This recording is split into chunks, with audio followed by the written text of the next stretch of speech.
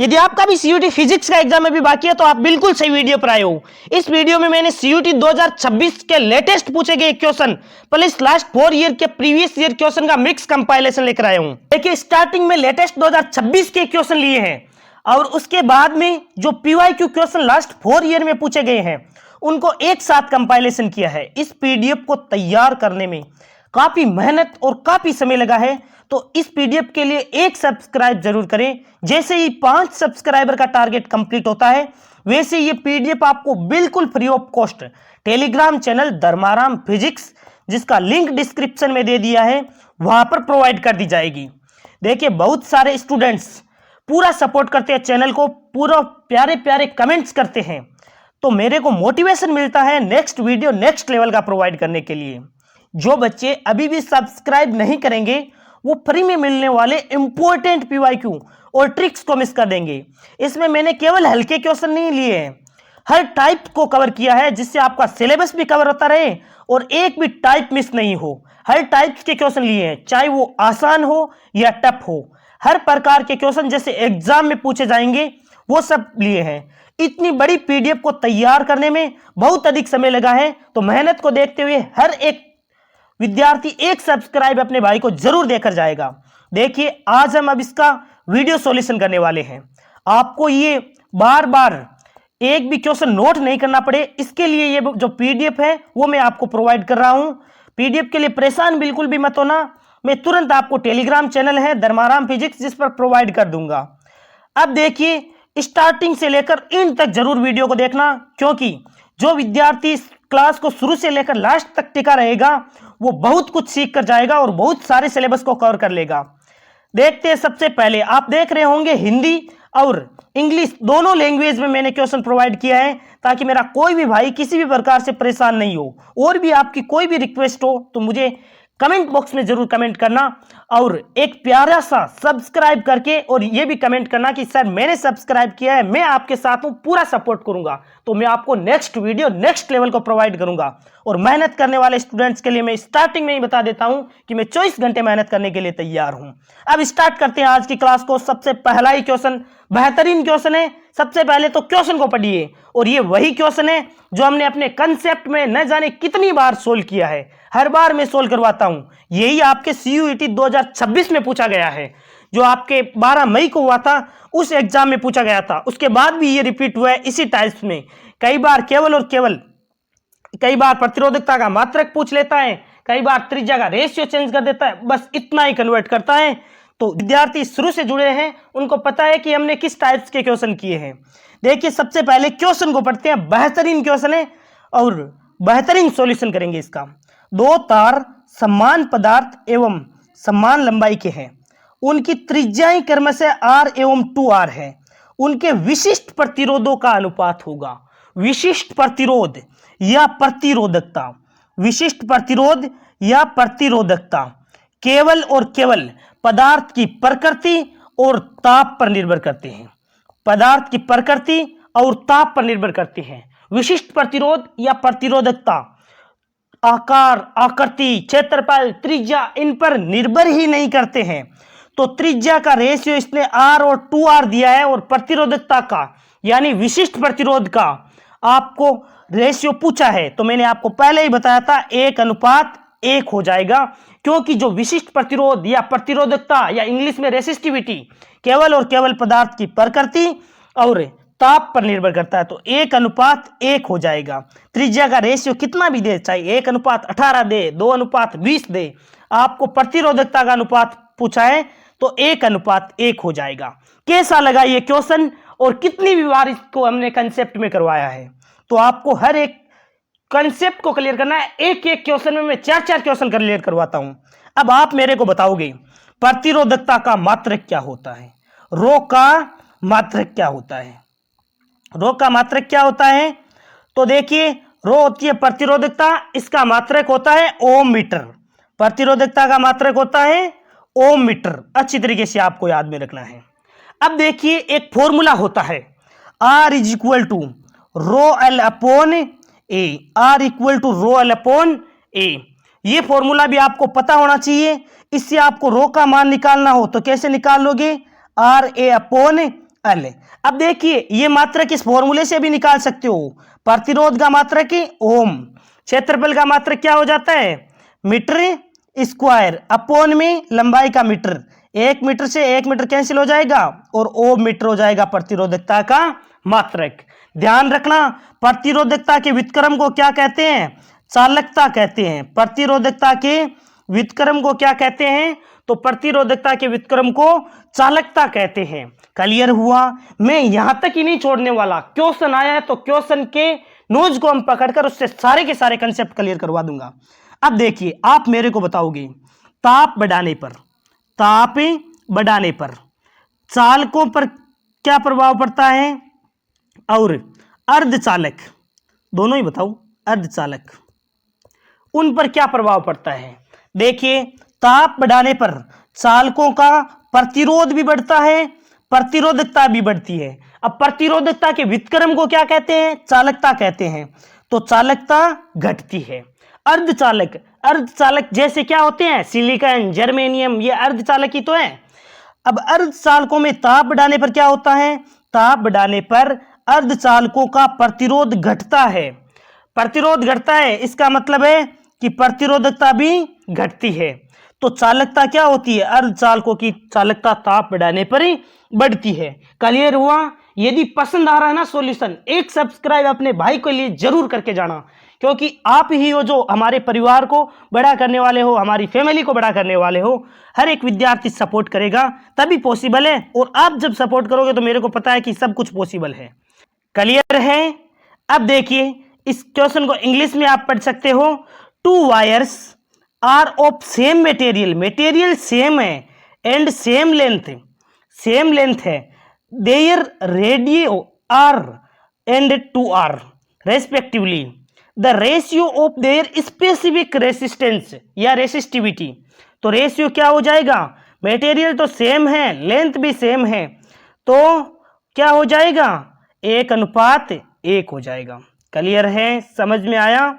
अब देखिए top solution, ताकि आपको बिल्कुल भी परेशानी नहीं हो आप जब वापस पुनः पीडीएफ से पढ़ते हो।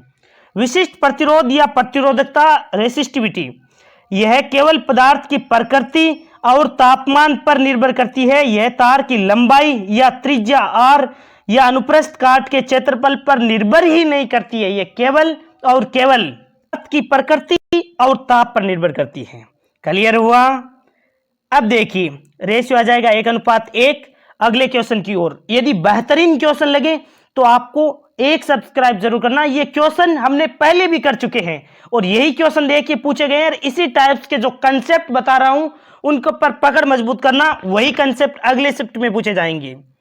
देखिए दूसरा क्वेश्चन, 2 एम्पियर की धारा 2 अलग अलग छोटे वर्ताकार तांबे के कुंडलियों से होकर प्रवाहित हो रही है, जिनकी त्रिज्याओं का अनुपात 1:2 है। उनके चुंबकीय आघूर्णों का अनुपात क्या होगा। तो चुंबकीय आघूर्ण याद करो, चुंबकीय आघूर्ण M = IA। क्लियर है। अब है क्या, कुंडली है, वर्ताकार कुंडली है, तो वर्त का क्षेत्रफल πr² होता है। πr² होता है तो I के स्थान पर आप πr² लिखोगे। कहने का मतलब है M है वो r² के सीधे समानुपाती है। हमें अनुपात पूछा है चुंबकीय आघूर्ण का, तो m1/m2 बराबर क्या हो जाएगा r1² अब त्रिज्याओं का अनुपात 1:2 दे रखा है, तो इसका स्क्वायर कर दो 1:4 आ जाएगा। कौन से ऑप्शन में दे रखा है, ऑप्शन ए में दे रखा है, यही हमारा करेक्ट आंसर हो जाएगा। क्लियर है, समझ में आया अच्छी तरीके से। केवल और केवल आपको चुंबकीय आघूर्ण का अनुपात पूछा था और त्रिज्याओं का अनुपात दे रखा था। तो चुंबकीय आघूर्ण त्रिज्या के वर्ग के समानुपाती होता है, तो चुंबकीय आघूर्ण का अनुपात निकालोगे तो r1/r2 का होल स्क्वायर कर दोगे, जो त्रिज्या का रेशियो दिया है उसका स्क्वायर कर दोगे। क्लियर हुआ। कैसे लग रहे हैं ये क्वेश्चन, ये आप क्वेश्चन इंग्लिश में पढ़ सकते हो और ये इसका है टॉप सॉल्यूशन। देखिए वर्ताकार कुंडली का चुंबकीय आघूर्ण m होता है, m = IA। ए क्षेत्रफल क्या हो जाएगा, वर्ताकार कुंडली है ना, तो πr²। कहने का मतलब है आघूर्ण है वो r² के समानुपाती हो जाएगा, जिससे m1/m2 का बराबर क्या हो जाएगा r1/r2 का होल स्क्वायर हो जाएगा।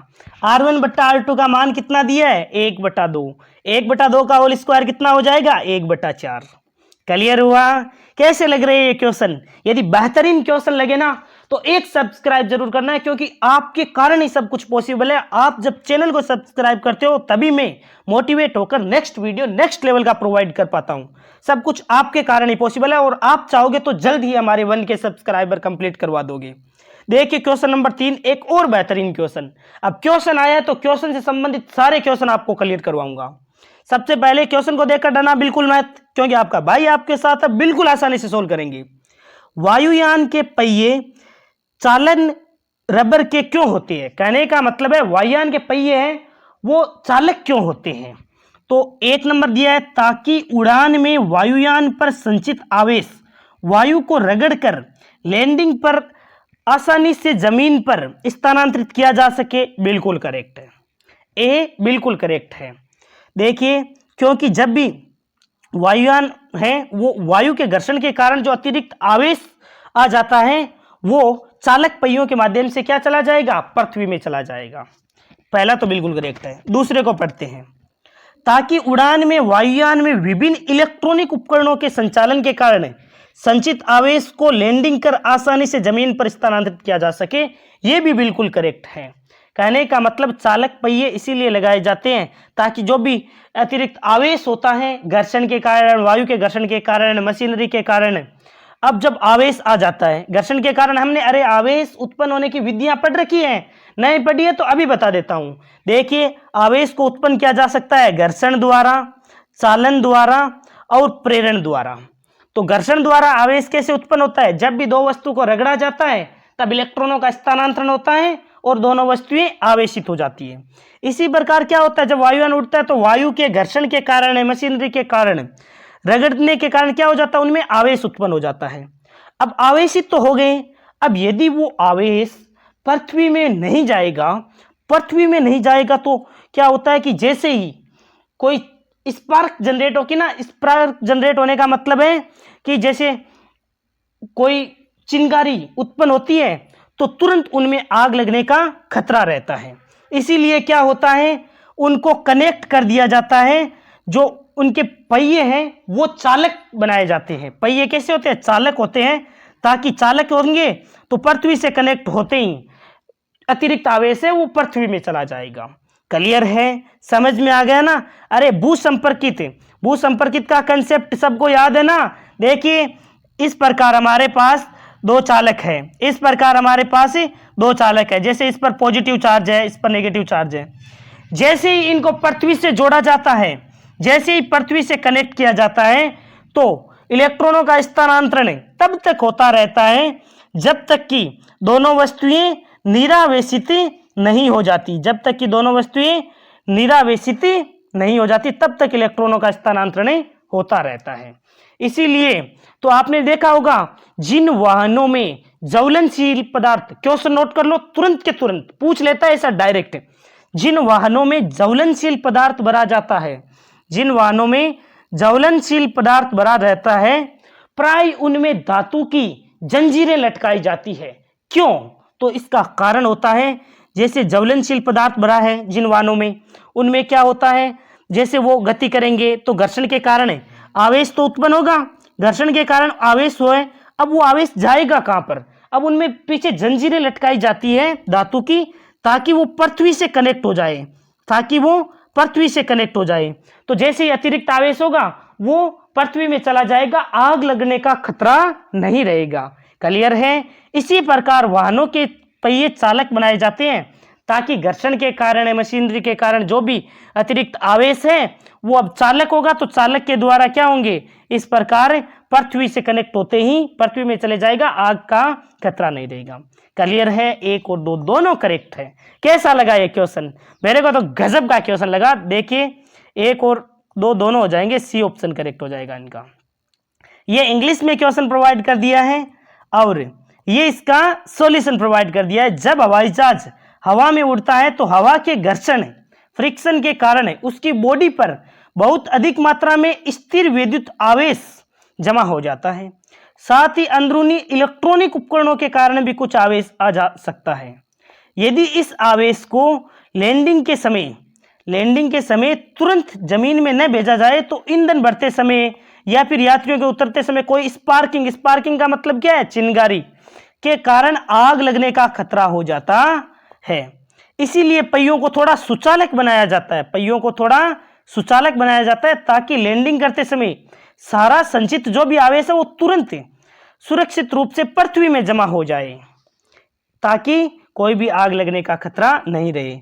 अब देखिए यहां पर दोनों ही कारण है, हवा के घर्षण के कारण बना आवेश और उपकरणों द्वारा बना आवेश अंततः पहियों के माध्यम से जमीन में स्थानांतरित होता है, इसीलिए दोनों ही करेक्ट है। क्लियर हुआ, समझ में आया अच्छी तरीके से। अब यहां पर आप समझ सकते हो कि घर्षण द्वारा, चालन द्वारा और प्रेरण द्वारा वस्तुओं को आवेशित किया जा सकता है। ध्यान रखना, किस प्रकार आवेशित कर सकते हो, घर्षण द्वारा कर सकते हो, चालन द्वारा कर सकते हो और प्रेरण द्वारा वस्तु को आवेशित किया जा सकता है। कैसे किया जा सकता है, तो घर्षण में क्या होता है, जब भी दो वस्तुओं को रगड़ा जाता है तो इलेक्ट्रॉनों का स्थानांतरण होता है और जिस वस्तु से इलेक्ट्रॉन निकलते हैं वह धनावेशित हो जाती है और जिस वस्तु के पास इलेक्ट्रॉन जाते हैं वह ऋणावेशित हो जाती है और दोनों वस्तुएं आवेशित हो जाती है। इसमें ध्यान रखना किस वस्तु को किस से रगड़ने पर आवेशित, कौन सी धनावेशित होगी कौन सी ऋणावेशित होगी, वो भी आपको ध्यान में रखना है। चालन द्वारा किस प्रकार होता है, चालन द्वारा जब भी एक आवेशित वस्तु को एक अनावेशित वस्तु के संपर्क में लाया जाता है, जैसे ये आवेशित वस्तु है, ठीक है, इस पर पॉजिटिव चार्ज है, ये एक अनावेशित वस्तु है, जैसे ही आवेशित वस्तु को अनावेशित वस्तु के संपर्क में लाया जाता है तो इलेक्ट्रॉनों का, आवेशों का पुनर्वितरण होता है और दोनों वस्तुएं आवेशित हो जाती है। जैसे 8 आवेश है तो वो 4-4 बंट जाते हैं। क्लियर हुआ। अब प्रेरण द्वारा वस्तुओं को किस प्रकार आवेशित किया जा सकता है, तो प्रेरण द्वारा वस्तुओं को आवेशित करने के लिए ध्यान रखना, जब भी आवेशित वस्तु को अनावेशित वस्तु के निकट रखा जाता है, आवेशित वस्तु को अनावेशित वस्तु के निकट रखा जाता है तो पास वाली सतह पर विपरीत आवेश और दूर वाली सतह पर समान आवेश प्रेरित हो जाता है, उसे प्रेरण द्वारा आवेशन कहते हैं। देखिए चालन में और प्रेरण में क्या अंतर है, चालन में तो दोनों को संपर्क में रख दिया जाता है और प्रेरण में क्या जाता है, प्रेरण में जैसे ही इस आवेशित वस्तु को अनावेशित वस्तु, जैसे ये आवेशित है, ठीक है, और ये दोनों अनावेशित है, संपर्क में रखे हुए हैं, जैसे ही आप क्या करोगे, इस वस्तु को इसके निकट रखोगे तो पॉजिटिव क्या करेगा, ये पॉजिटिव इस वाले सारे के सारे अनावेशित है, इसका मतलब पॉजिटिव नेगेटिव मिक्स है, ये पॉजिटिव यहाँ पर सारे के सारे नेगेटिव को अपनी ओर आकर्षित कर लेगा, इधर नेगेटिव आ गए, इसका मतलब दूसरी ओर आ जाएंगे पॉजिटिव। अब क्या होता है, जैसे ही आप इस वाले चालक को दूर ले जाओगे तो वही कंडीशन हो जाएगी, इसमें धनावेश ऋणावेश मिक्स हो जाएंगे और ये है वो पूरी तरह से धनावेशित हो जाएगा। इससे बेहतर है कि हम ये वाला जो चालक है इसको दूर हटा लेंगे, इसको जैसे ही इन दोनों से दूर हटाएंगे तो क्या होगा, ये तो पूर्ण रूप से आवेशित हो जाएगा और इनमें इधर नेगेटिव है इधर पॉजिटिव है। अब क्या करेंगे, ये संपर्क में तो है नहीं, हम अब इन दोनों को भी दूर दूर रख देंगे, जिससे क्या होगा, इस पर नेगेटिव था वो इसकी सतह पर फैल जाएगा, इस पर पॉजिटिव था वो इसकी सतह पर फैल जाएगा, तो तीनों वस्तुएं प्रेरण द्वारा आवेशित हो जाएगी। क्लियर है, समझ में आ गया ना। एक एक विद्यार्थी को क्लियर होना चाहिए। आवेशों के गुणधर्म भी आपको पता होना चाहिए, आवेशों के गुणधर्म भी आपको पता होना चाहिए। कौन कौन से, तो पहला होता है योज्यता का नियम। योज्यता का नियम क्या होता है, किसी भी वस्तु पर नेट आवेश उसमें उपस्थित आवेशों के बीजगणितीय योग के बराबर होता है। जैसे एक वस्तु में -2 कूलाम आवेश है प्लस 2 कूलाम आवेश है, तो कुल आवेश कितना हो जाएगा, इनमें जितने आवेश है उनको सीधा सीधा जोड़ दो, 2 कूलाम 3 कूलाम जितने भी आवेश है उनका सीधा सीधा जोड़ दो, वो हो जाता है आवेशों का योज्यता का नियम। क्लियर है। और दूसरा नियम आपको ध्यान में रखना है, आवेश की गति से स्वतंत्रता, चाहे वस्तु विराम में हो या फिर गतिशील, उस पर आवेश समान रहता है, विराम में हो या गतिशील आवेश समान रहता है। तीसरा गुणधर्म ध्यान रखना, आवेशों का क्वांटीकरण नियम, कई बार पूछा जाता है। आवेशों का क्वांटीकरण नियम क्या होता है, Q बराबर NE। जब भी एक वस्तु से दूसरी वस्तु में इलेक्ट्रॉनों का स्थानांतरण होता है तो वह 1.6 × 10⁻⁻19 का पूर्ण गुणज होता है। यहां पर पूछा जाता है, क्या पूछा जाता है, एक कूलाम आवेश में इलेक्ट्रॉनों की संख्या कितनी है?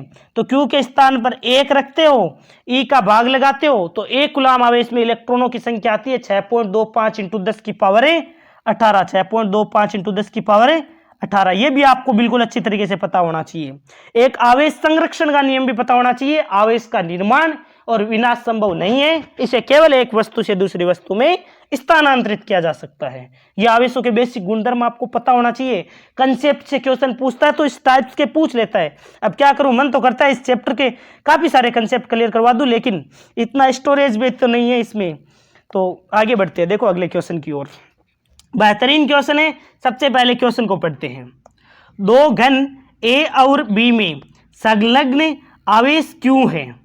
यदि ए से बी के पृष्ठीय क्षेत्रफल का अनुपात 1:2 है, पृष्ठीय क्षेत्रफल का अनुपात 1:2 है, तो घन ए से घन बी से जुड़े फ्लक्स का अनुपात आपसे पूछा है। क्षेत्रफल का अनुपात दिया है और फ्लक्स का अनुपात पूछा है, तो आपको करना क्या है? गाउस का नियम। गाउस का नियम क्या होता है? किसी बंद गाउसीय पृष्ठ से संबंधित फ्लक्स का मान उसमें आवेशित आवेशों के बीजगणितीय योग का 1/ε0 गुणा होता है। कहने का मतलब phi equal to sigma Q/ε0। अब देखिए गाउस का नियम के तीनों पॉइंट आपको ध्यान होने चाहिए। पहला, ये केवल और केवल बंद पृष्ठ के लिए ही लागू होता है। इसमें वही आवेश काउंट होते हैं जो बंद पृष्ठ के अंदर होते हैं। दूसरा, गाउस का नियम है, उसमें गाउसीय पृष्ठ का आकार आकृति बदलने पर फ्लक्स का मान नहीं बदलता है। कहने का मतलब है फ्लक्स का मान है वो आकार आकृति इन पर निर्भर नहीं करता है। ये पॉइंट ध्यान में रखना। अब क्वेश्चन में हमें क्षेत्रफल का अनुपात दिए रखा है कि एक का क्षेत्रफल 1 है, दूसरे का 2 है, और आपको फ्लक्स का अनुपात पूछा है। तो सबसे पहले देखते हैं phi A equal to sigma Q/ε0 हो जाएगा। सिग्मा Q आवेश कितना दिया है? दो घन है जिनमें संलग्न आवेश है Q, तो Q/ε0। क्लियर है?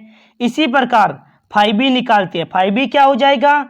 Sigma Q/ε0। अब दूसरे वाले घन के लिए भी आवेश कितना है? Q, तो Q/ε0। क्लियर है? अब इसका इसमें भाग लगाओगे ना, 1 में 2 का भाग लगाओ तो ये सेम वैसे भी कैंसिल हो जाएंगे। तो फाई ए बटा फाई बी कितना हो जाएगा? फाई ए बटा फाई बी हो जाएगा 1:1। क्लियर हुआ? समझ में आया ना? गाउस का नियम केवल बंद गाउसीय पृष्ठ में उपस्थित आवेशों के लिए ही लागू होता है। अब आवेश तो दोनों पर समान था, तो आपको पता है फ्लक्स का अनुपात वैसे भी 1:1 होगा। क्लियर हुआ? समझ में आ गया अच्छी तरीके से? अब देखिए ये इंग्लिश में क्वेश्चन आपको प्रोवाइड कर दिया है और यहाँ पर इसका सॉल्यूशन प्रोवाइड कर दिया। सबसे पहले गाउस का नियम लगा दिया, phi equal to sigma Q/ε0। Q का मान Q दे रखा है, लिख दिया।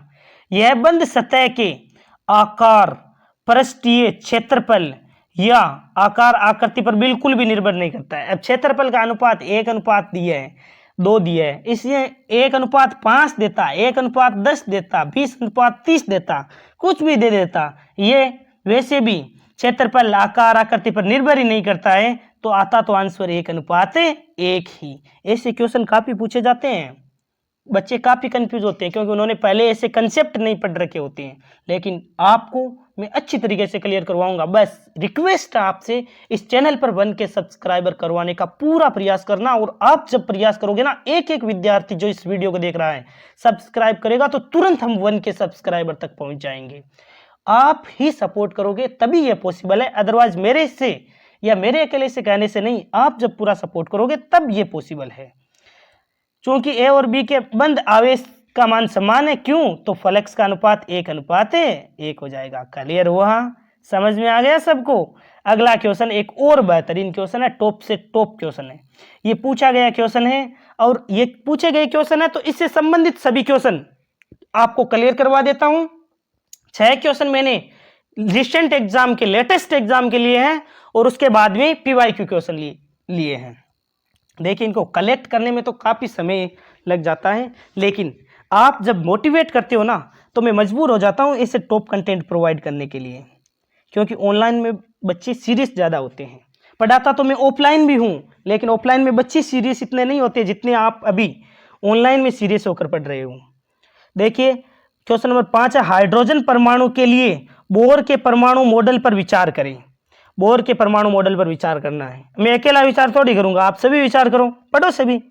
देखिए पहला क्वेश्चन सबसे पहले ए में दिया है, मूल अवस्था में हाइड्रोजन परमाणु की ऊर्जा अपनी पहली उत्तेजित अवस्था में हीलियम आयन की ऊर्जा के समान है।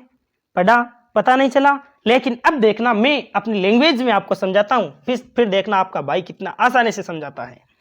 मूल अवस्था में हाइड्रोजन परमाणु की ऊर्जा, अब देखो ऊर्जा एनवी कक्षा की ऊर्जा का फॉर्मूला याद करो। मैंने तो आपको ऊर्जा का, त्रिज्याकार, वेग का तीनों को ही रगड़ दिया था, यहां तो केवल ऊर्जा का ही पूछा है। क्लियर करवाओ मेरे को पहले तुम। त्रिज्या, एनवी कक्षा में घूमते इलेक्ट्रॉन की त्रिज्या क्या होती है, ध्यान रखना 0.529 n स्क्वायर बटा जेड, ये तो होती है त्रिज्या। वेग होता है 2.2 × 10⁶ जेड बटा n। और ऊर्जा क्या होती है, तो ऊर्जा का फॉर्मूला होता है, ये एंगस्ट्रम में होती है, ध्यान रखना ये किस में होती है, एंगस्ट्रम में, n स्क्वायर बटा जेड, 0.529 n स्क्वायर बटा जेड, 529 n स्क्वायर बटा जेड, याद रख लेना, रट लो अच्छी तरीके से। ऊर्जा की बात करें तो ऊर्जा होती है -13.6 जेड स्क्वायर बटा एन स्क्वायर, जेड स्क्वायर बटा एन स्क्वायर, यही फॉर्मूला बता रखा है। अब देखिए मान रखना, आपको बड़े ही ध्यान से मान रखना, बिल्कुल आसानी से समझ में आएगा। मूल अवस्था में हाइड्रोजन परमाणु की ऊर्जा, मूल अवस्था की बात आती है, मूल अवस्था का मतलब है n बराबर 1, मूल अवस्था का मतलब है n बराबर 1, और हाइड्रोजन परमाणु है, हाइड्रोजन परमाणु है, इसका मतलब है z का मान 1 रखना है। जब ये वैल्यू आप यहां पर रखोगे, ये वैल्यू यहां पर रखोगे तो ऊर्जा क्या आएगी, तो निकालो, आप सभी निकालो। देखो n का मान 1 रखोगे तो ये तो हो जाएगा 1, 1 का स्क्वायर 1 ही होता है। z का मान 1 रखोगे तो ये भी हो जाएगा 1, तो ऊर्जा कितनी आ जाएगी, -13.6। क्लियर है, ऊर्जा इतनी आई है अभी हमारे, कितनी आई है, -13.6। अब बढ़ते हैं इसी क्वेश्चन में आगे। अपनी पहली उत्तेजित अवस्था, पहली उत्तेजित अवस्था का मतलब क्या है, पहली उत्तेजित अवस्था का मतलब है, पहली उत्तेजित अवस्था का मतलब है n बराबर 2, दूसरी उत्तेजित अवस्था का मतलब होता है n बराबर 3, तीसरी उत्तेजित अवस्था का मतलब है n बराबर 4। अब पहली उत्तेजित अवस्था बोल दिया, पहली उत्तेजित अवस्था का मतलब क्या है, n बराबर 2 लेना है। मैं हीलियम आयन अब ले लिया, क्या है, n बराबर 2 आ गया, और हीलियम आयन है, इसका मतलब z बराबर कितना हो गया, हाइड्रोजन 1, हीलियम होता है 2 पर, तो z का मान आ गया 2। वैल्यू रखो समीकरण में, देखते हैं क्या प्राप्त होता है, अभी पता चल जाएगा। En बराबर -13.6 जेड स्क्वायर मतलब 2 का स्क्वायर क्या होता है भाई, 2 का स्क्वायर 4 अपॉन n स्क्वायर, 2 का स्क्वायर, n का मतलब 2, 2 का स्क्वायर 4। ये तो सर जी 4 से 4 कैंसिल हो गया, हमारे तो आ गया -13.6 ही आ गया। अरे वाह भाई, आ गया तो हम क्या करें, आ गया, इसमें कोई चेंज थोड़ी करेंगे, जो आंसर आएगा वही लिखेंगे ना। इसका मतलब है कि मूल अवस्था में H परमाणु की ऊर्जा, मूल अवस्था में H परमाणु की ऊर्जा और प्रथम उत्तेजित अवस्था में हीलियम परमाणु की ऊर्जा समान होती है, बिल्कुल समान होती है भाई। देखो -13.6 इधर आया है और -13.6 ही इधर आया है, इसका मतलब ए तो बिल्कुल करेक्ट हो गया। समझ में आ रहा है ना, यदि समझ में आ रहा है ना तो एक सब्सक्राइब करके प्यारा सा कमेंट जरूर कर देना, ताकि मेरे को पता चल जाए कि सबको क्लियर हो रहा है। अब दोनों की ऊर्जा बराबर आई है, और इसने ऐसा ही कहा है कि मूल अवस्था में और H परमाणु की अपनी पहली अवस्था में हीलियम परमाणु की ऊर्जा समान होती है, तो बिल्कुल समान होती है। अब पढ़ते हैं बी को, देखते हैं बी में क्या कह रहा है। एक एक क्वेश्चन को मजे से क्लियर करेंगे, बस आप सपोर्ट करते रहना। मूल अवस्था में H परमाणु की ऊर्जा, मूल अवस्था का मतलब क्या है, मूल अवस्था का मतलब है n बराबर 1 है। H परमाणु की ऊर्जा यानी Z बराबर भी 1 कितनी होती है, तो अभी हमने निकाली थी En बराबर -13.6 कैसे करती है, Z स्क्वायर बटा n स्क्वायर, लेकिन Z का मान और n का मान 1 1 है, तो आपकी कितनी आ जाएगी, इतनी आ जाएगी माइनस का 13.6 ही आ जाएगी। अब आगे बढ़ो, अपनी दूसरी उत्तेजित अवस्था, प्रथम उत्तेजित अवस्था थी n बराबर हमने रख दिया 1, n बराबर रख दिया 2, लेकिन दूसरी उत्तेजित अवस्था, दूसरी उत्तेजित का मतलब एक और जोड़ दो, दूसरी में एक जोड़ा n बराबर आ गया 3 में lithium ion, hydrogen 1 lithium 2, hydrogen 1 helium 2 और लिथियम हो जाता है 3, Z बराबर 3 हो जाएगा। वैल्यू रखो समीकरण में, ऊर्जा En क्या होता है माइनस का 13.6 जेड स्क्वायर बटा एन स्क्वायर, जेड का मतलब है 3 का स्क्वायर 9 बटा जेड स्क्वायर बटा एन स्क्वायर, 3 का स्क्वायर 9, 9 से 9 कैंसिल, En का मान भी कितना आ जाएगा माइनस का 13.6। तो इनमें और इनमें भी ऊर्जा बिल्कुल बराबर है, इसका मतलब है कि ऊर्जा समान है। ऐसा ही इस क्वेश्चन ने पूछा है, बिल्कुल सही है। देखो मूल अवस्था में H परमाणु की ऊर्जा कितनी आई थी माइनस का 13.6, अपनी दूसरी उत्तेजित अवस्था में लिथियम आयन की ऊर्जा समान है, तो बिल्कुल समान है भाई, बी भी करेक्ट हो जाएगा, ए और बी बिल्कुल करेक्ट हो जाएगा। अब सी है वो हमारा चेंज हो जाएगा। देखो अपनी मूल अवस्था में हाइड्रोजन परमाणु की ऊर्जा और अपनी मूल अवस्था में ही हीलियम परमाणु की ऊर्जा। अब देखो मूल अवस्था में क्या करेंगे, n बराबर 1 लिखेंगे और हीलियम का मतलब क्या होता है n बराबर जो z बराबर 2, तो ये कैंसिल होगा नहीं, तो ये भी गलत हो जाएगा, ये भी गलत हो जाएगा। ए और बी बिल्कुल करेक्ट है, हमारा ए और बी बिल्कुल करेक्ट हो जाएगा। ये इंग्लिश में क्वेश्चन प्रोवाइड कर दिया है। अब देखिए इंग्लिश में किसी भी स्टूडेंट्स को प्रॉब्लम हो तो वो मेरे को कमेंट बॉक्स में कमेंट जरूर कर देना, क्योंकि हर एक क्वेश्चन को इंग्लिश में भी पढ़ने से और हिंदी में भी पढ़ेंगे तो समय थोड़ा ज़्यादा लग जाएगा। वैसे भी मेरे शेयर कवर कर लेंगे अच्छी तरीके से। ए और बी बिल्कुल करेक्ट है, समझ में आया, अच्छी तरीके से क्लियर हुआ ना। तो ऊर्जा से रिलेटेड कोई भी क्वेश्चन आएगा तो फोड़ देना तुरंत। ये इसका टॉप सॉल्यूशन प्रोवाइड कर दिया है, जिन भी विद्यार्थी को कोई प्रॉब्लम होती है तो वो सॉल्यूशन भी देख सकता है। बोर मॉडल के अनुसार एनवे कक्ष में इलेक्ट्रॉनों की ऊर्जा कितनी होती है माइनस का 13.6 जेड स्क्वायर बटा एन स्क्वायर इलेक्ट्रॉन वोल्ट में होती है, ध्यान रखना। अब मूल अवस्था के लिए n बराबर 1, प्रथम उत्तेजित अवस्था के लिए n बराबर कितना हो जाता है 2, प्रथम उत्तेजित अवस्था के लिए n बराबर 2। अब देखिए मूल अवस्था में H परमाणु की ऊर्जा निकाली तो मान रख दिया 1-1, प्रथम उत्तेजित अवस्था में हीलियम की निकाली तो प्रथम उत्तेजित अवस्था का मतलब है n बराबर 2, हीलियम का मतलब Z बराबर 2। अब आपको भी पता है 2 से 2 वैसे भी स्क्वायर करोगे तो कैंसिल हो जाएगा, ऊर्जा समान हो जाएगी। एक कथन बिल्कुल सही है, ठीक है। ये थोड़ा सा ये स्लाइड है वो अलग से ऐड हो गई है, इसे हम आगे कवर करेंगे, आगे नीचे लिखनी थी ये स्लाइड, अगले क्वेश्चन का सॉल्यूशन है ये। अब देखिए अगला क्वेश्चन एक और बेहतरीन क्वेश्चन, टॉप क्वेश्चन लिए गए, एक से बढ़कर एक क्वेश्चन।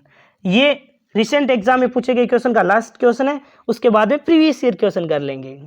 क्वेश्चन को पढ़ते हैं। देखिए भाई आपके सपोर्ट की वजह से ही आपका भाई आगे बढ़ पा रहा है। यदि आप पूरा सपोर्ट करोगे और मुझे कॉन्फिडेंस है कि आप जल्द ही 1K सब्सक्राइबर तक पहुंचा दोगे यदि पूरा सपोर्ट करोगे तो। और यहां तक जिन विद्यार्थियों ने देखी है क्लास, इसका मतलब जरूर आपके अंदर जुनून है टॉप क्वेश्चन करने का। आप प्यारा सा कमेंट करके मेरे को बता देना कि हाँ सर सच में हमें को कैसी क्लास लगी, आपको अच्छी क्लास लगी हो, बुरी क्लास लगी हो, जैसे लग रही है वैसा कमेंट कर देना। एक सब्सक्राइब करके और अपनी अटेंडेंस जरूर लगाना है। बहुत सारे प्यारे बच्चे कमेंट करते हैं ना, मजा आ जाता है आपका कमेंट पढ़ के, सच में दिल गार्डन हो जाता है। 100 वोल्ट पर संचालित एक मोटर 1 एम्पियर की धारा लेती है। यदि मोटर की दक्षता 91.6% है तो शक्ति का से क्या है, कैलोरी में निकालना है। देखो कैलोरी प्रति सेकंड में निकालना है, कोई दिक्कत नहीं है, कोई कैसा भी क्वेश्चन आए हम तो फोड़ देंगे बिल्कुल। सबसे पहले P बराबर क्या होता है शक्ति, P बराबर VI, क्लियर है, P बराबर VI होता है। V का मान कितना दिया भाई, V का मान दिया 100 वोल्ट, ये लिख दिया 100 वोल्ट, और I का मान कितना दिया 1 एम्पियर। 100 को 1 से गुणा करोगे तो कितना आएगा 1 आएगा, अरे 100 को 1 से गुणा करने पर 100 ही आएगा, तो 100 आ जाएगा। अब शक्ति का मात्रक क्या होता है, वाट होता है, तो 100 वाट हमारे पास शक्ति आ गई। क्लियर है, मजा आ रहा है ना क्वेश्चन में, अरे मजा तो आएगा ही, जब आपका भाई टॉप क्वेश्चन करवाएगा तो मजा तो आएगा ही। 1 एम्पियर की धारा लेती है यदि मोटर की दक्षता इतनी है। ये दक्षता क्या होती है? दक्षता बताऊं क्या होती है? काम करने की क्षमता। अरे दक्षता का मतलब है ये 91.6% कार्य कर सकती है। 91.6% कार्य कर सकती है। इससे बाकी जैसे 100% दक्षता जैसे 100 है, उनमें से ये 91.6% कार्य में कन्वर्ट कर देती है। केवल उष्मा के रूप में ऊर्जा की जो हानि होती है ना, उष्मा के रूप में हानि होती है, वो 100 में से 91.6 घटाओ। अरे घटाओ जल्दी, 91.6 घटाओगे तो कितना आ जाएगा? 8.4%।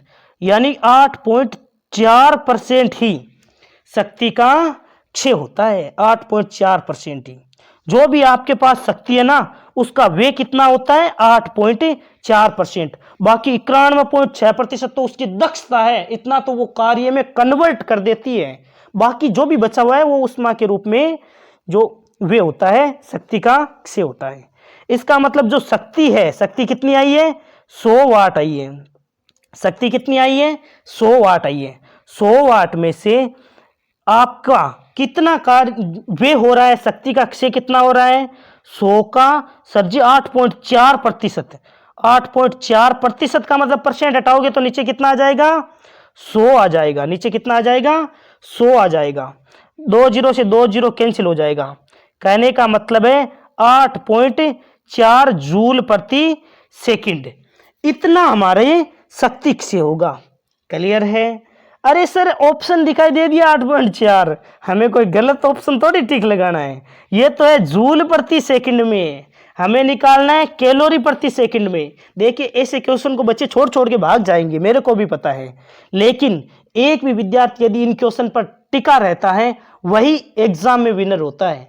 क्योंकि केवल हल्के क्वेश्चन करवा के खुश में नहीं कर सकता मैं, तो जैसे एग्जाम में लेटेस्ट पैटर्न है और प्रीवियस ईयर में पूछे गए हैं उसी पैटर्न के अकॉर्डिंग करवाऊंगा। देखिए आप यदि टिके हुए हो तो आप जरूर कुछ सीख कर जाओगे। ये हमारा दूसरा ऑप्शन सही नहीं है, क्योंकि ये तो हमारे जूल प्रति सेकंड में, ये आए हैं जूल प्रति सेकंड में, हमें तो कैलोरी प्रति सेकंड में निकालना है। तो 1 जूल, 1 कैलोरी बराबर बता दो इसे, 1 कैलोरी बराबर कितना होता है? 4.2 जूल। 1 कैलोरी बराबर कितना होता है? 4.2 जूल। हमें जूल को कैलोरी में बदलना है, यानी 1 जूल बराबर क्या हो जाएगा? 1/4.2 कैलोरी। क्लियर है? इसका मतलब जूल है, इसको कैलोरी में बदलना है ना, इसका मतलब 4.2 का भाग लगा देना है। 8.4 में 4.2 का भाग लगाओ। अरे पॉइंट से पॉइंट कैंसिल उड़ जाएगा, भाग लगाओगे 42 का भाग 84 में लगाओ। अरे पहाड़ा आता है क्या? देखो 42 दूना कितना होता है? 84। पता ना? अरे बिल्कुल आसान था, क्योंकि 42 को जब 2 से मल्टीप्लाई करोगे ना तो 84 आना है ना। तो ऐसे मत सोचना मेरे को 42 तक पहाड़े याद है, नहीं नहीं, मेरे को तो 30 तक याद है, तो 2 आ जाएगा। नहीं 30 तक तो क्या 40 तक याद है, 42 का नहीं आता, 2 बार चला जाएगा ना। 2 कहाँ पर है? ए में भी नहीं है, बी में भी नहीं है, कहाँ गया? सी ऑप्शन हमारा करेक्ट हो जाएगा। क्लियर है? समझ में आया अच्छी तरीके से? ये इंग्लिश में क्वेश्चन प्रोवाइड कर दिया है, और अब थोड़ी बहुत भी यदि आपको कहीं कमी लगे तो ये इसका टॉप सॉल्यूशन प्रोवाइड कर दिया है कि कुल निवेशित शक्ति P बराबर क्या होता है? VI। V का मान रख दिया, I का मान रख दिया, तो 100 वाट आ गया शक्ति। अब देखो दक्षता 91.6%। दक्षता का मतलब है इतना काम कर सकता है वो, इसका मतलब है कि कुल शक्ति का 91.6% उपयोगी कार्य में बदल जाता है, इतना कार्य कर सकता है। और बचा हुआ हिस्सा है वो उष्मा के रूप में क्षय हो जाता है, उष्मा के रूप में क्षय हो जाता है। शक्ति क्षय ही आपसे पूछा है। तो देखो इसने कहा जैसे 100% होती है कोई भी चीज अपने आप में, उसमें से 91.6% तो वे हो गया, बचा हुआ 8.4% रहा है। जो भी आपके पास शक्ति है उसका 8.4% क्षय हो जाएगा। देखो 91.6% तो कार्य में कन्वर्ट ही कर देता है, 8.4% है वो क्षय हो जाएगा।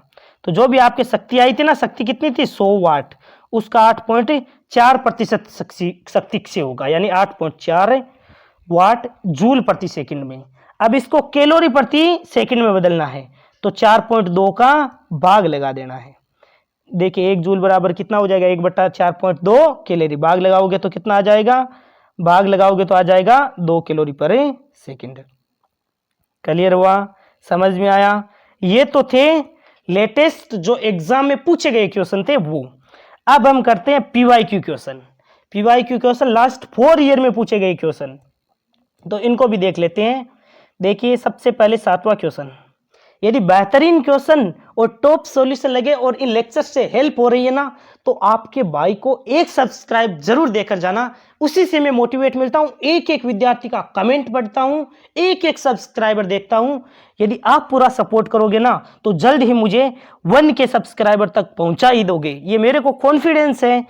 और आप जैसे सब्सक्राइब करोगे तो मैं आपको टॉप से टॉप लेवल का कंटेंट प्रोवाइड करूंगा। बहुत सारे स्टूडेंट्स पूरा सपोर्ट कर रहे हैं, मेरे को बड़ी खुशी होती है कि सच में मेरे बच्चे सपोर्ट कर रहे हैं।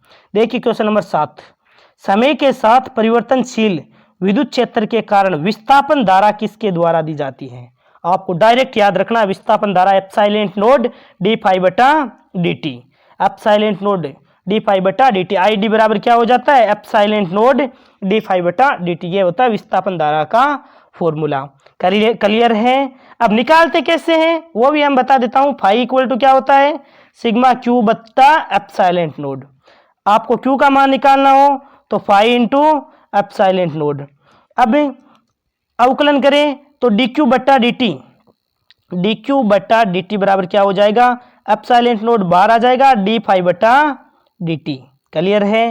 अब देखो आई बराबर क्या होता है, डी क्यू बट्टा डी, तो आई बराबर क्या हो जाएगा, एप्सिलॉन नोड डी फाई बट्टा डी टी। यही तो है एप्सिलॉन नोड डी फाई बट्टा डी टी। क्लियर है। ये देखिए इंग्लिश में क्वेश्चन आप पढ़ सकते हो, the displacement current due to time varying electric field is given by, कितना हो जाएगा, एप्सिलॉन नोड डी फाई बटा डी टी।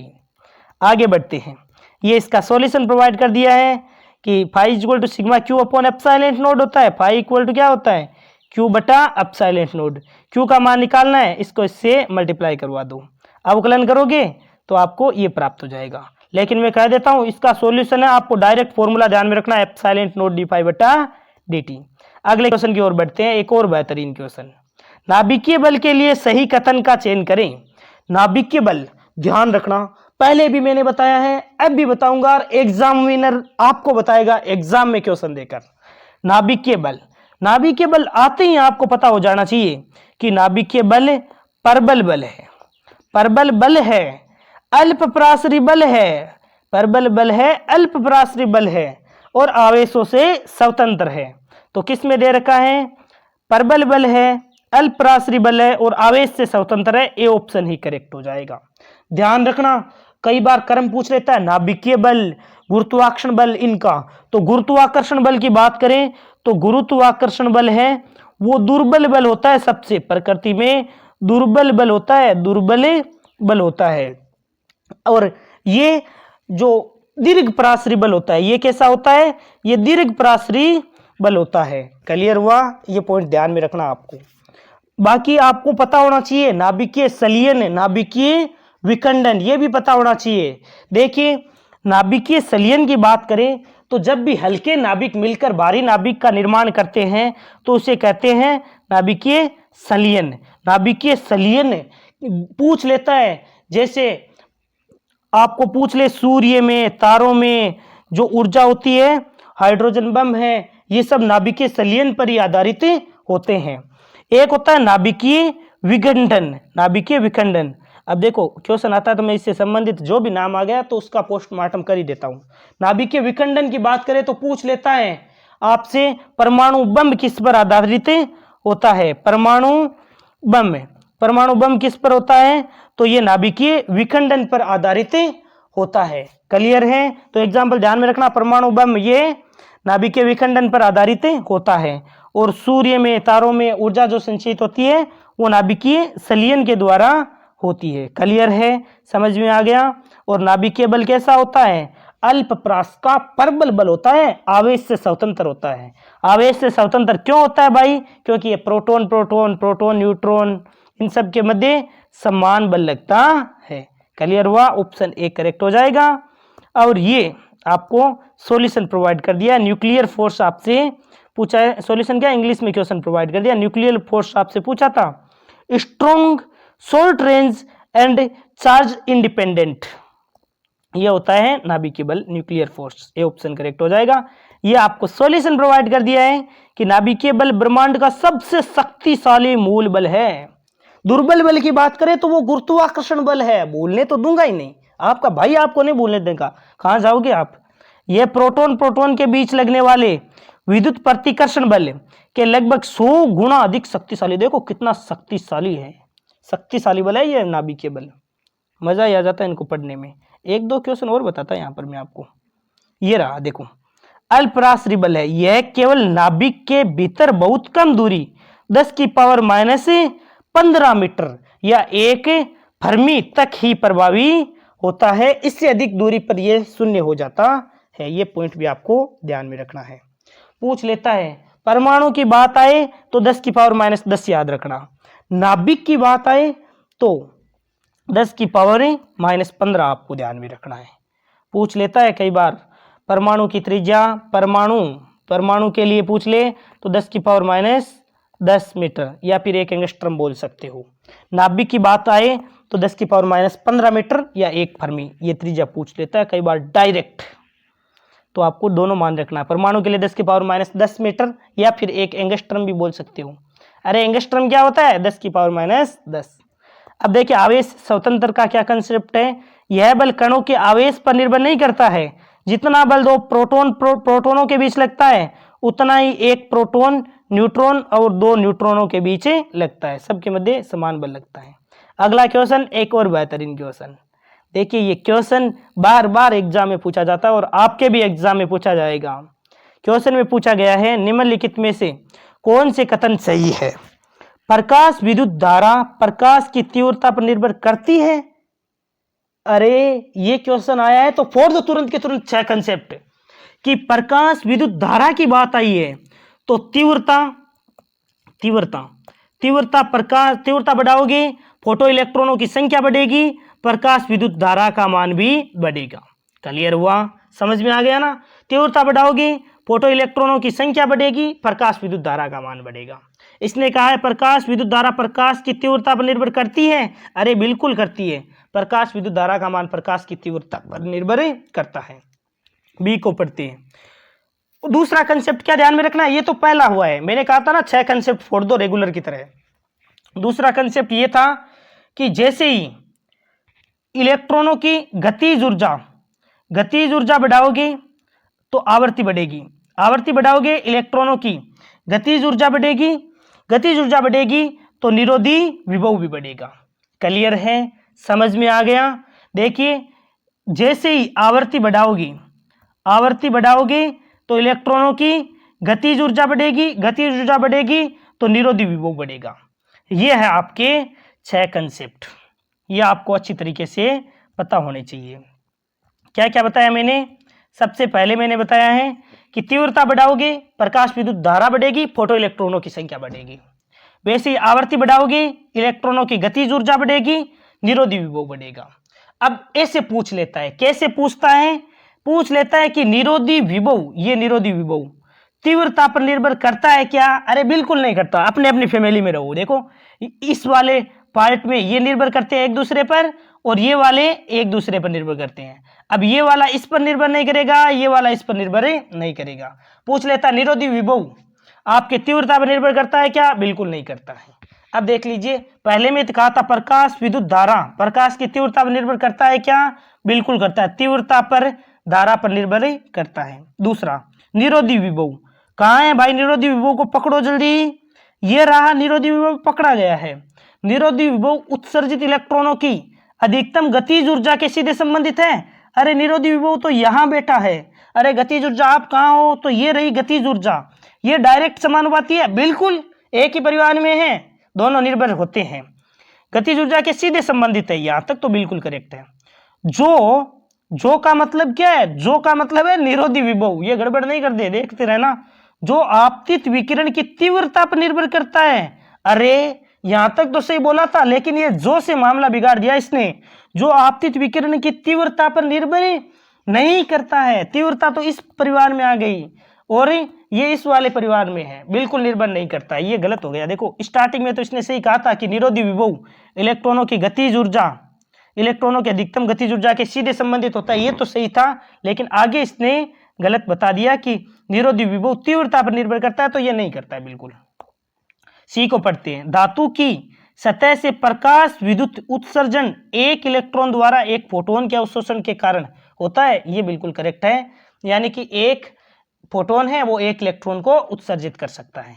डी को पढ़ते हैं। प्रकाश विद्युत प्रभाव ऊर्जा संरक्षण के पालन करता है, ये भी बिल्कुल करेक्ट है। ऊर्जा संरक्षण का पालन करता है। कैसे करता है तो आपको ध्यान में रखना है, जो आइंस्टीन का प्रकाश विद्युत समीकरण भूले तो नहीं होना। देखो अचन्यू ऊर्जा का फोटोन आपतित होता है, कुछ भाग इसका कार्यफलन में और शेष उसका गतिज ऊर्जा में कन्वर्ट हो जाता है। तो आइंस्टीन का प्रकाश विद्युत समीकरण अच्छी तरीके से आना चाहिए। ऐसे भी आप लिख सकते हो, गतिज ऊर्जा बराबर क्या हो जाता है, एच न्यू माइनस फाई, ऐसे भी लिख सकते हो। इस समीकरण पर काफी क्वेश्चन पूछे जाते हैं। अभी इससे जैसे क्वेश्चन पूछे जाते हैं वैसे भी 16 करते हैं। देखिए यहाँ पर कौन कौन से थे, ए सी डी करेक्ट था। ए सी डी किस में है, ए सी डी ऑप्शन सी में दे रखा था, लेकिन ये हमारा कट हो गया है। यहाँ पर क्या था, ए सी और डी, हमारा ऑप्शन सी करेक्ट हो जाएगा। क्लियर है। ये देख लीजिए इंग्लिश में क्वेश्चन प्रोवाइड कर दिया आपको और यहाँ इसका टॉप सॉल्यूशन प्रोवाइड कर दिया है। पहला क्या था, बिल्कुल सही था। प्रकाश विद्युत धारा सीधे आपतित प्रकाश की तीव्रता के समानुपाती होती है। निरोधी विभव अधिकतम गतिज ऊर्जा के सीधे समानुपाती होता है, यहां तक बिल्कुल करेक्ट था। लेकिन से गलत बोल दिया। यह तीव्रता पर निर्भर नहीं करता है बल्कि आपतित प्रकाश की आवृत्ति पर निर्भर करता है। यह तीव्रता पर निर्भर नहीं करता, आवृत्ति पर जरूर निर्भर करता है। ये तो हमने कर ही लिया है। सी को पढ़ते हैं। प्रकाश विद्युत उत्सर्जन एक फोटोन एक इलेक्ट्रॉन की टक्कर है, जहां एक इलेक्ट्रॉन केवल एक फोटोन का अवशोषण करता है, यह भी बिल्कुल करेक्ट था। ए सही था, सी सही था और डी था वो भी सही था। प्रकाश विद्युत प्रभाव ऊर्जा संरक्षण के नियम पर आधारित होता है, तो यह बिल्कुल सही है। यह आपको आइंस्टीन का प्रकाश विद्युत समीकरण भी पता होना चाहिए। अचन्यू ऊर्जा का फोटोन आपतित होता है, कुछ भाग उसके कार्यफलन में, शेष उसकी गतिज ऊर्जा में, और गतिज ऊर्जा भी मैक्सिमम होती है। यहाँ पर क्वेश्चन किस प्रकार पूछा जाता है, कई बार आपको कार्यफलन का मान दे देता है, गतिज ऊर्जा पूछ लेता है। कई बार आपको केवल इतना ही पूछ लेता है गतिज ऊर्जा का। देखो formula 1/2 mv square, 1/2 mv square, ये तो होता ही है, ये ध्यान में रखना ही है। साथ ही साथ के मैक्सिमम बराबर H nu node, sorry E V node, के मैक्सिमम बराबर ई वी नोड, ये भी आपको ध्यान में रखना है। कई बार आपको वी नोड क्या है, यहाँ पर निरोधी विभव है।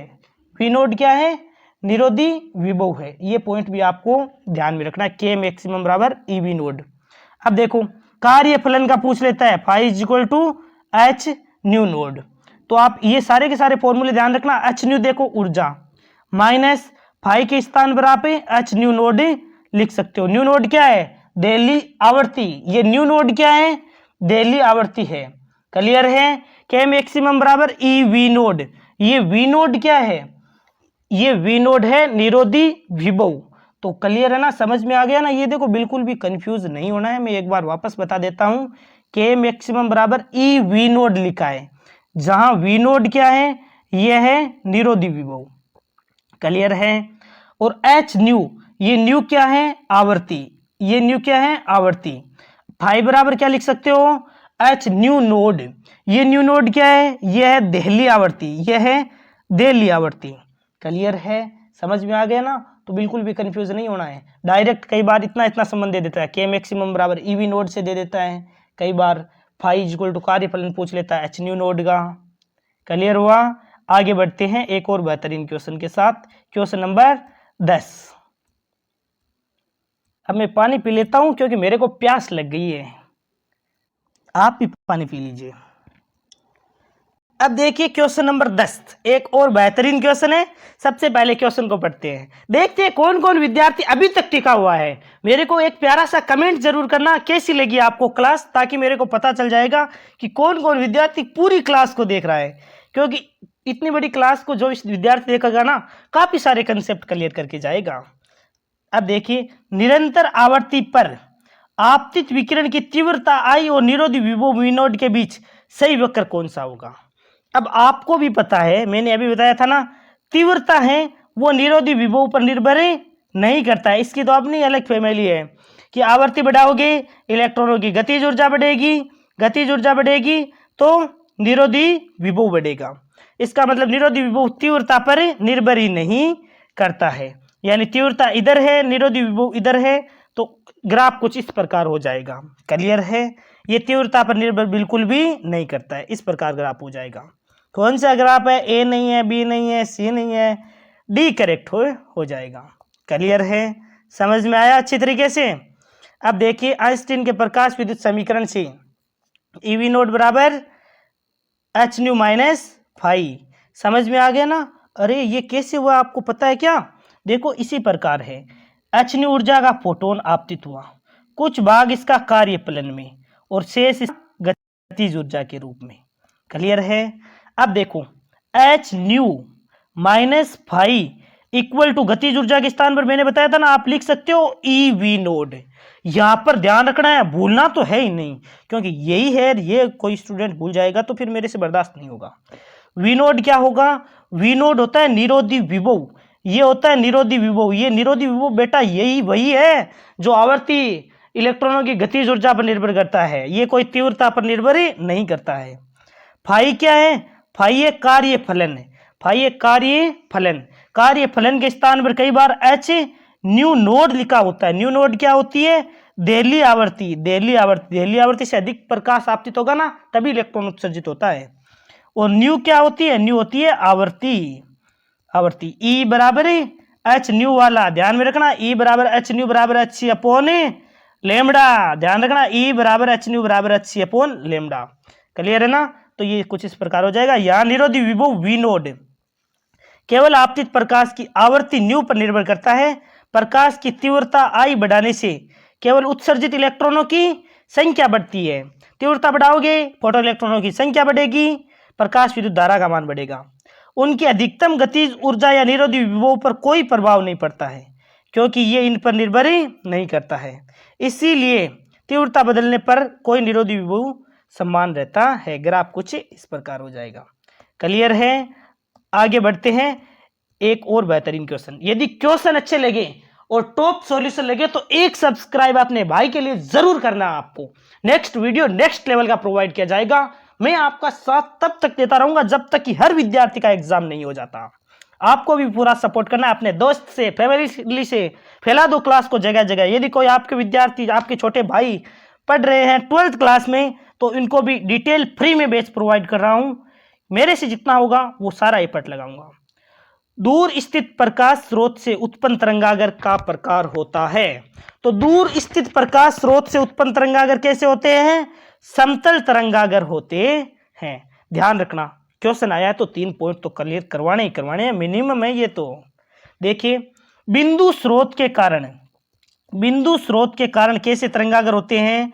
तो बिंदु स्रोत है, जैसे यहाँ पर प्लस है, बिंदु स्रोत से इस प्रकार विद्युत क्षेत्र रेखाएं निकल रही है, तो तरंगागर कैसे होंगे, गोलीय तरंगागर। बिंदु स्रोत के कारण कैसे तरंगागर होते हैं, गोलीय तरंगागर। क्लियर हुआ। ऐसे ही कोई सरल रेखा में स्रोत है इस प्रकार, तो यहां से ऐसे विद्युत क्षेत्र रेखाएं निकल रही है, तो सरल रेखा में कोई स्रोत है, तब तरंगागर कैसे होंगे, तब तरंगागर होंगे बेलनाकार तरंगागर। इस प्रकार एक के ऊपर एक बेलन बना देना। क्लियर हुआ। अब आगे आती है, कोई दूरस्थ स्तर, दूर पर, जैसे सूर्य इतनी दूरी पर है, तो ये तो हो गया बेलनाकार, बेलनाकार। अब दूर स्थित प्रकाश स्रोत के लिए कैसा तरंगागर होता है, तो इसके लिए होता है समतल तरंगागर। दूर स्थित प्रकाश स्रोत के लिए समतल तरंगागर। समतल तरंगागर कैसे होते हैं, तो दूर से जो प्रकाश आता है ना, वो ऐसे प्रकाश की किरणें धीरे धीरे समांतर हो जाती है, तो इस प्रकार समतल तरंगागर होता है। क्लियर है। तीनों पॉइंट अच्छी से क्लियर हुए, समझ में आ गया ना। देखिए, बिंदु स्रोत के कारण तो होता है गोलीय तरंगागर, सरल रेखा के कारण बेलनाकार तरंगागर। अब यदि आप इनको भी अत्यंत दूरी पर रख दोगे, अनंत से आ रहा है, दूर से आ रहा है प्रकाश, तो तो आपके तरंगागर समतल तरंगागर होगा, चाहे कौन सा भी हो। दूर स्थित प्रकाश स्रोत होगा तो दूर के लिए डायरेक्ट समतल कर देना, चाहे कौन सा भी हो, स्रोत कैसा भी हो, लेकिन दूर स्थित है इसका मतलब है वो समतल तरंगागर ही होगा। क्लियर है? ये हो, लेकिन दूर स्थित के लिए तो समतल तरंगागर होगा। क्लियर है? ये आपको इंग्लिश में क्वेश्चन प्रोवाइड कर दिया है और यहां आपको सॉल्यूशन भी प्रोवाइड कर दिया है कि जब कोई प्रकाश स्रोत बहुत अधिक दूरी जैसे अनंत पर स्थित होता है तो उससे निकलने वाला प्रकाश किरणें एक दूसरे के समांतर हो जाती है। इन समांतर किरणों के लंबवत खींचा गया तरंगागर हमेशा एक समतल तरंगागर होता है। नोट पॉइंट ध्यान में रखना, देखिए नोट लगाकर पॉइंट लिखा मैंने। बिंदु स्रोत के कारण गोलीय, बिल्कुल सही, अभी मैंने बताया था बिंदु स्रोत के कारण कैसे तरंगागर उत्पन्न होते हैं, तो इस प्रकार गोलीय तरंगागर। रेखीय स्रोत के कारण बेलनाकार तरंगागर बनता है। लेकिन वापस आ जाओ, यहां पर छोड़कर नहीं जाना है। अत्यधिक दूरी पर दोनों ही समतल में बदल जाते हैं। अब अत्यधिक दूरी पर होगा तो चाहे ये हो या ये समतल में बदल जाते हैं। चलते अगले क्वेश्चन की ओर। एक और बेहतरीन क्वेश्चन, एक से बढ़कर एक क्वेश्चन लिया है। बस मेहनत के लिए एक सब्सक्राइब जरूर करवा देना, ताकि यदि आप हर विद्यार्थी एक सब्सक्राइबर करेगा ना, तब भी हम 1 के सब्सक्राइबर तक पहुंच जाएंगे। और इस मंथ में आपको 1 के सब्सक्राइबर तक पहुंचाना जरूरी है, क्योंकि बाद में इस चैनल को 1 साल हो जाएंगे तो फिर इनका वॉच टाइम काउंट नहीं होगा, है ना। तो आप पूरा सपोर्ट जरूर करना। M1 और M2 द्रव्यमान के दो हल्के नाभिकों के संलयन प्रक्रम में M द्रव्यमान के नाभिक में परिवर्तित होने पर मुक्त ऊर्जा क्या होगी? तो E बराबर, आइंस्टीन का समीकरण होता है E बराबर mc²। क्लियर है? अब M का मान कितना है? तो हल्के नाभिक मिल रहे हैं तो मिलकर भारी नाभिक बन रहे हैं। जैसे M1 मिला, M2 मिला, तो भारी नाभिक बन गया। किससे भारी बन गया? इस मूल नाभिक यानी कैपिटल M से। तो आपको M1 प्लस M2 है, उसमें से कैपिटल M को घटा देना। ये तो हो गया द्रव्यमान का मान और ये हो जाएगा mc²। तो M1 plus M2 minus M कहाँ पर है? M1 plus M2 minus mc²। Clear हुआ? ए ऑप्शन करेक्ट हो जाएगा। अरे समझ में तो आया ना, बिल्कुल रटने की आवश्यकता नहीं है। E बराबर क्या होता है? mc²। पढ़ रखा है। अब M का मान ही तो बताना है। इसने कहा है M1 आया, M2 द्रव्यमान वाले दो हल्के नाभिक है। हल्के नाभिक आए, ये आया और नाभिकों ने संलयन किया, यानी कि दोनों जुड़ गए, यानी कि M1 प्लस M2 हो गया। अब देखो डेल M का मतलब है द्रव्यमान टोटल कितना है। तो देखो M1 प्लस M2 तो हो गया, लेकिन माइनस में क्या करना है? इनका ये भारी है, किनसे? ये जो कैपिटल M द्रव्यमान के नाभिक में परिवर्तन होते हैं उससे अधिक भारी हो जाता है, इसीलिए इसमें से ये घटाना है। क्लियर हुआ? ए ऑप्शन करेक्ट हो जाएगा। अब देखिए ये क्वेश्चन इंग्लिश में प्रोवाइड कर दिया है, यहाँ पर आपको सॉल्यूशन भी प्रोवाइड कर दिया है कि नाभिकीय संलयन यानी न्यूक्लियर फ्यूजन, ध्यान रखना तारों में, सूर्य में ऊर्जा है वो नाभिकीय संलयन के कारण उत्पन्न होती है। जब दो हल्के नाभिक मिलकर एक भारी नाभिक बनाते हैं, जैसे M1 और M2 मिलकर भारी नाभिक बनाते हैं, तो उत्पाद जो बना है नाभिक का द्रव्यमान कैपिटल M अभिकारक नाभिकों के मूल द्रव्यमान से हमेशा कम होता है। यही तो बात है। M1 और M2 उत्पाद नाभिक का द्रव्यमान है वो जो अभिकारक नाभिकों के मूल द्रव्यमान से कम होता है। जैसे M1 और M2 मिलकर कैपिटल M बनाया ना, तो इसका द्रव्यमान कम होगा किससे? M1 और M2 के योग से। देखो मैं आपको बताता हूँ, दो हल्के नाभिक मिलकर एक भारी नाभिक बना रहा है, यानी M1 और M2 का जो द्रव्यमान मिलकर कैपिटल M बना रहे हैं ना, इसका कम होगा मान मूल नाभिकों से कम होगा। ये तभी तो कहते हैं द्रव्यमान स्थिति। याद करो। अरे द्रव्यमान स्थिति क्या होती है? मेरे को लग रहा है थोड़े बच्चे कंफ्यूज है। द्रव्यमान स्थिति कैसे हुई? दो हल्के नाभिक मिलकर, अब दो मिलेंगे तो दो हल्के नाभिक मिले और एक भारी नाभिक का निर्माण किया। अब जो नाभिक बनाया है ना, जो नाभिक बना है उसका द्रव्यमान क्या होगा?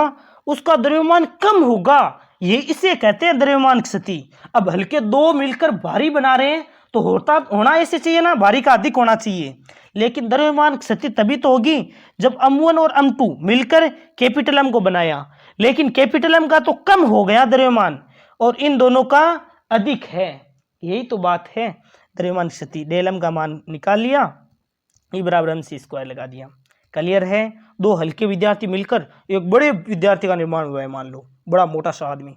अब मोटे आदमी का वजन कम हो गया, तभी उसे कहते हैं द्रव्यमान क्षति। समझ में आया? थोड़ा सा कंफ्यूजिंग लग सकता है, लेकिन मैं कंफ्यूज होने नहीं दूंगा। अगला क्वेश्चन एक और बेहतरीन क्वेश्चन।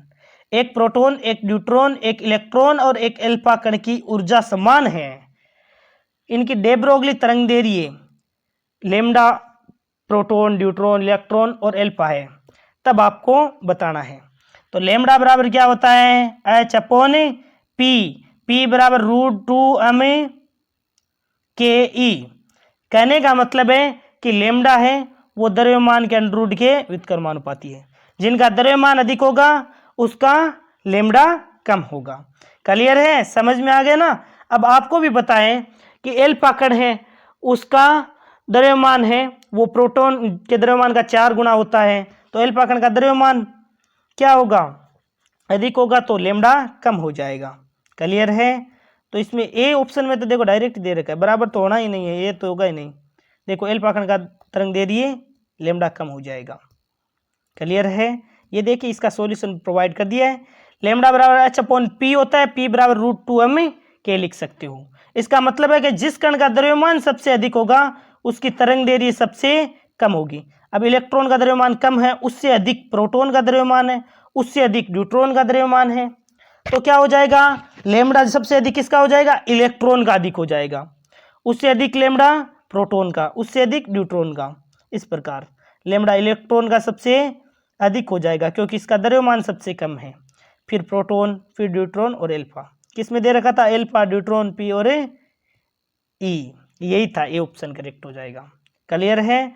जिसका द्रव्यमान अधिक होगा उसका तरंगदैर्घ्य लैम्डा कम होगा।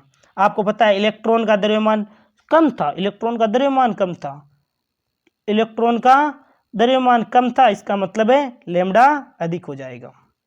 क्लियर है? समझ में आया अच्छी तरीके से? 14 क्वेश्चन को देखते हैं।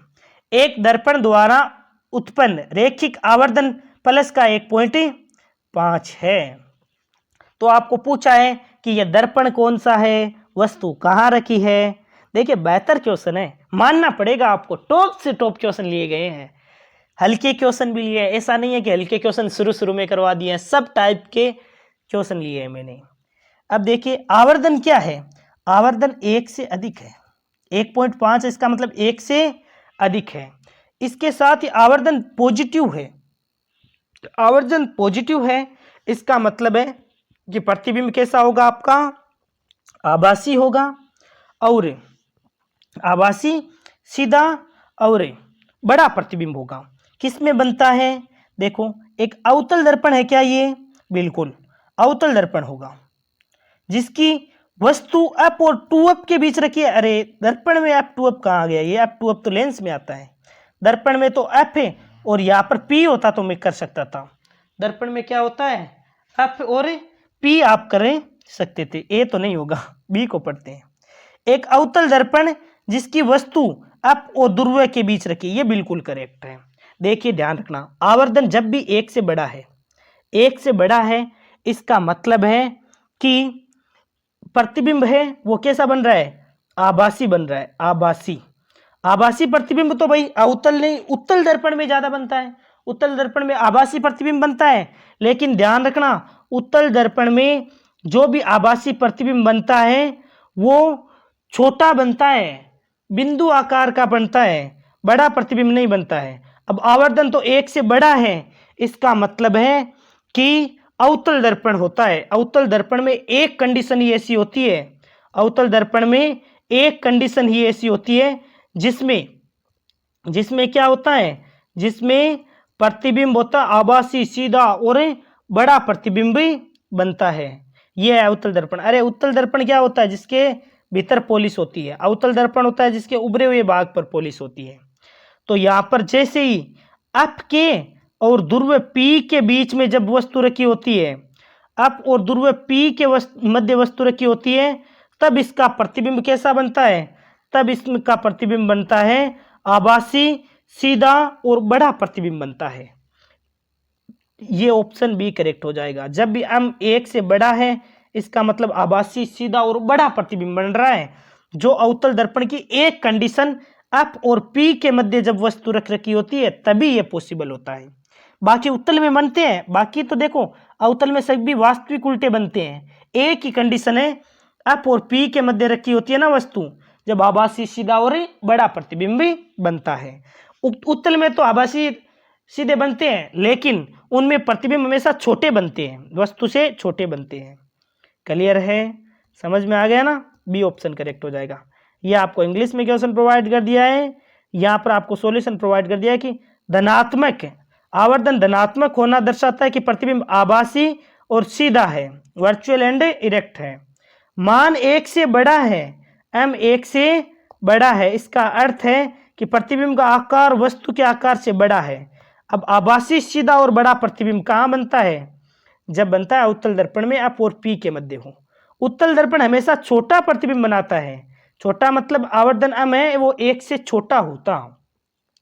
आवर्धन क्या होता है? आवर्धन होता है प्रतिबिंब और बिंब का अनुपात।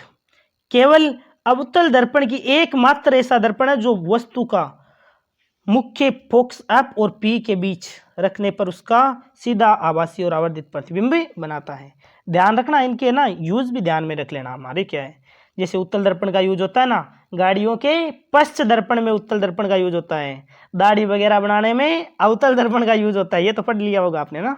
देखिए क्वेश्चन नंबर 15, ये लास्ट क्वेश्चन सोल्व करते हैं। अब ये टेबलेट भी हैंग होने लगा है, मैंने इसको पूरे सारे के सारे वीडियो खाली करके और एकदम से खाली कर दिया था ताकि आपकी लंबी क्लास ले सकूं। इलेक्ट्रॉनों की गतिशीलता विभवांतर में वृद्धि के साथ घटती है, वृद्धि के साथ बढ़ती है। तो ध्यान रखना, इलेक्ट्रॉनों की गतिशीलता है वो विभवांतर पर निर्भर ही नहीं करती है। देखिए इसका सॉल्यूशन देख लेते हैं। ये इंग्लिश में क्वेश्चन है, आप इंग्लिश में भी क्वेश्चन को पढ़ सकते हो। ये देख लिए इसका सॉल्यूशन। सबसे पहले आपको ध्यान रखना कि VD इक्वल टू क्या होता है, E upon M into tau. अब E टो अपॉन M होती है गतिशीलता, E टो बटा M ये होती है गतिशीलता। तो VD is equal to mu E भी आप लिख सकते हो, जहां म्यू होती है गतिशीलता। E इलेक्ट्रॉन पर आवेश, M इलेक्ट्रॉनों का द्रव्यमान है, तो विश्रांति काल है। क्लियर हुआ? अब देखिए सही उत्तर कौन सा होगा, सी ऑप्शन आपका करेक्ट हो जाएगा।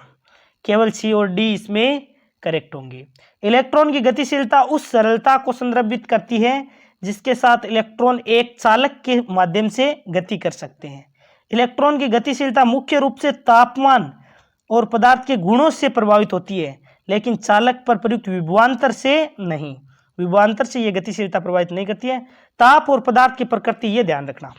विभवांतर इलेक्ट्रॉनों के अपव्यय वेग को प्रभावित करता है, लेकिन उनकी गतिशीलता को सीधे प्रभावित नहीं करता है। तापमान इलेक्ट्रॉन गतिशीलता को प्रभावित करता है। उच्च तापमान आमतौर पर अधिक परमाणु कंपन करना बनता है, इलेक्ट्रॉनों की गति को बाधित कर सकते हैं। कहने का मतलब आप तो बिल्कुल कंफ्यूज मत हो, डायरेक्ट ध्यान में रखना। VD is equal to mu E का फॉर्मूला ध्यान में रखना। ध्यान रखना गतिशीलता है, पदार्थ की प्रकृति, ताप इन पर निर्भर करता है। VD is equal to mu E भी आपको ध्यान में रखना है। जो विद्यार्थी शुरू से लेकर लास्ट तक टिके हुए थे, एक भी विद्यार्थी ऐसा है जो लास्ट तक वीडियो को देखा है, तो मेरे को एक प्यारा सा कमेंट जरूर करना और किसी भी एक क्वेश्चन का आंसर आप कमेंट बॉक्स में जरूर लिखना, ताकि मेरे को पता चले कि आपने शुरू से लेकर लास्ट तक वीडियो को देखा है। अब देखिए, हाँ इस क्वेश्चन का आंसर दे देना आप। 10वां क्वेश्चन है, उसका आंसर आप कमेंट बॉक्स में मेरे को कमेंट जरूर करना, ताकि मेरे को पता चले कि कितने विद्यार्थी लास्ट तक देख रहे हैं वीडियो को। बाकी यदि आपको वीडियो पसंद आ रहा है तो अपने भाई को एक सब्सक्राइब तो जरूर करवाना है, और अपने फैमिली ग्रुप्स में, अपने फ्रेंड्स में हर एक विद्यार्थी को शेयर करना है, ताकि हर विद्यार्थी को फ़ायदा मिल सके। और ये जो PDF है वो आपको बिल्कुल free of cost Telegram channel Dharmaram physics, जिसका लिंक डिस्क्रिप्शन में दे दिया है, वहाँ पर प्रोवाइड कर दी जाएगी। देखिए हमने 50 पेज की PDF को अच्छी तरीके से पढ़ लिया है। केवल और केवल आपके सपोर्ट की वजह से ये सब कुछ पॉसिबल है। Thank you very much. मन तो करता है आपको पढ़ाते रहूं, लेकिन क्या है कि इसमें इतना स्टोरेज नहीं है। Thank you.